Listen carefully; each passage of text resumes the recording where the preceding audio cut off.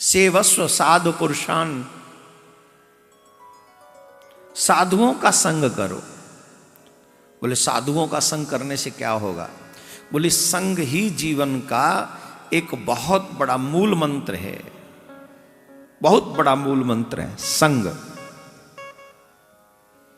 आप जैसे लोगों का संग करेंगे, एक दिन आपके जीवन का प्रभाव, आपके जीवन पे उनका प्रभाव पड़ेगा। सपोज आपने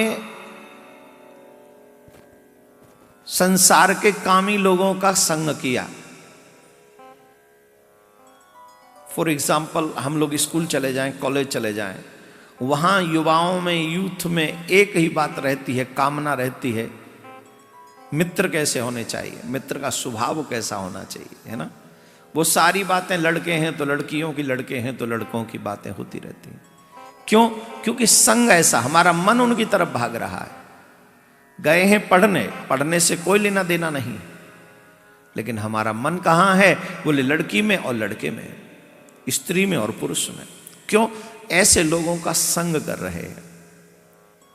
दूसरा, आप शराबी का संग करो। आप किसी शराबी का संग,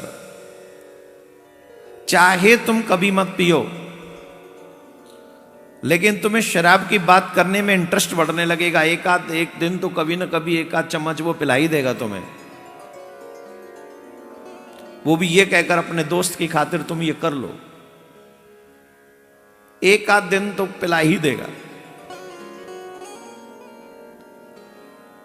तुम किसी जुआरी का संग करो, 1 दिन करो, 10 दिन करो, 20 दिन करो, एक ना एक दिन वो तुम्हें पत्ते डालना सिखाई देगा। पासे कैसे डालने हैं, ताश कैसे खेलना है, पत्ते कैसे, एक दिन तो सिखाई देगा वो। एक दिन तो तुमको पत्ते खेलना हाथ में आ ही जाएंगे वो। क्यों? क्योंकि तुम उसका संग कर रहे हो। वैसे ही आप किसी संत का संग करो। अगर आप किसी संत का संग करोगे, मे भी देर से ही सही, पर मैं गारंटी से कहता हूं, एक दिन वो आएगा कि तेरे माथे पे तिलक भी दिखेगा, गले में कंठी भी दिखेगी, हाथ में कलाबा भी दिखेगा, और कभी गलती से ही सही एक बार तो तेरे मुंह से निकल ही जाएगा। क्या? जोर से बोलना पड़ेगा, और जोर से बोलना पड़ेगा। ये किसका प्रभाव हुआ? ये जितने भी तुमसे गिनवाए मैंने, ये किसका प्रभाव हुआ? कुछ लोगों ने मछलियां खाना छोड़ दी, कुछ लोगों ने अंडे खाना छोड़ दिया, कई लोगों ने तो प्याज लहसुन तक छोड़ दिया, कई लोगों ने तो घर की मोह ममता सब छोड़ दी। किसके चक्कर में आके? संतों के चक्कर में, सत्संग में आके। मैं ऐसे लोगों को भी जानता हूं, गृहस्थ में रहते हैं पर उनका मन गृहस्थी नहीं है, मन साधु है। यहीं बैठे बीच में है, गृहस्थ में बच्चे भी हैं, सब है, लेकिन मन गृहस्थी नहीं, मन साधु है।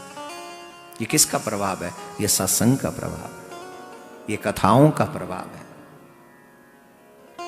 क्षण संगिन साधुसु।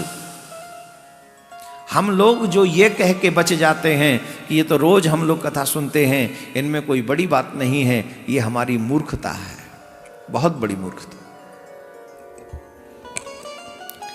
कथा रोज मिल जाए, नित्य कथा मिल जाए, यही जीवन की सबसे बड़ी उपलब्धता है, सबसे बड़ी उपलब्धि, नित्य कथा मिले।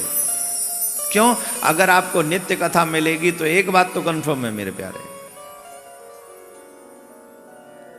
नित्य कथा सुनने वाला पाप नहीं करेगा।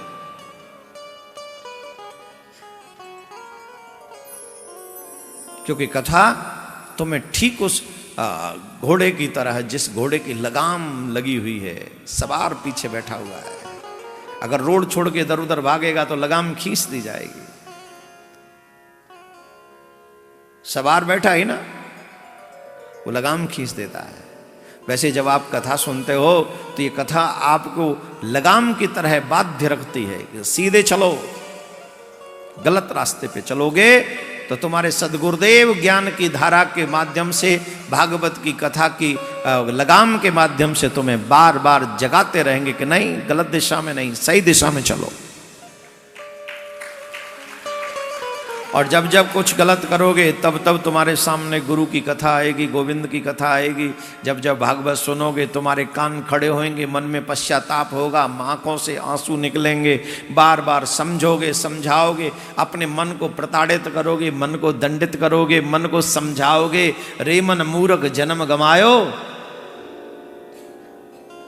तेरे छोटे छोटे सुखों के चक्कर में मैं बर्बाद हो रहा हूं, तेरी छोटी छोटी वासनाओं के चक्कर में मैं कहीं का नहीं रह रहा हूं। जब ऐसे डांट डांट के अपने मन को समझाओगे तब ये मन तुम्हें भगवान का सच्चा दीवाना बना देगा। इसलिए भगवान की कथा नित्य सुननी चाहिए, अविरल सुनते रहना चाहिए, कहीं भी भगवान की कथा हमसे छूट न जाए।